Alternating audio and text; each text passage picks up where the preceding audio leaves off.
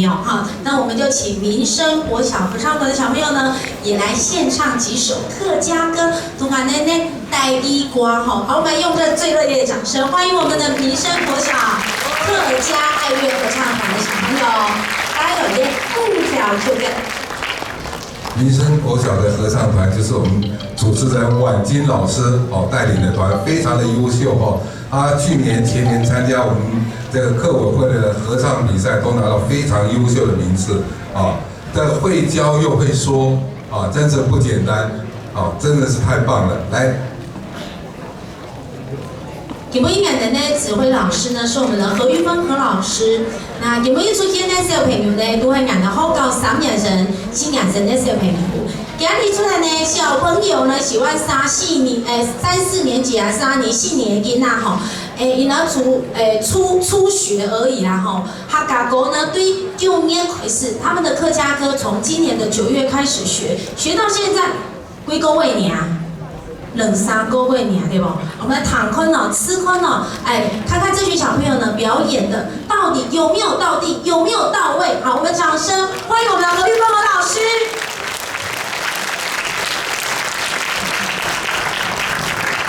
婉金老师开始弹钢琴哦，真的。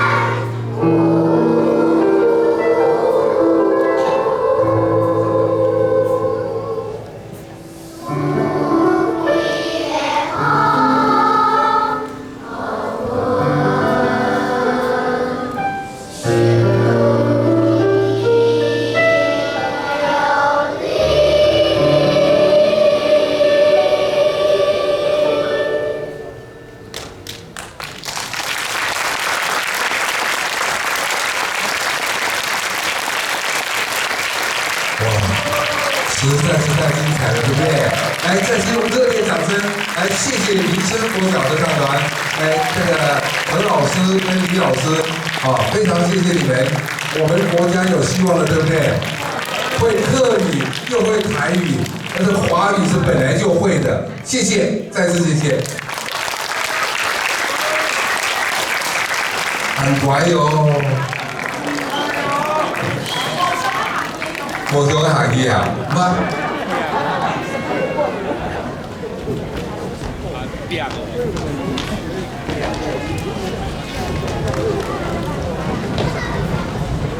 来，接下来还是我们的6堆歌谣班的同学再次的上台，跟我们。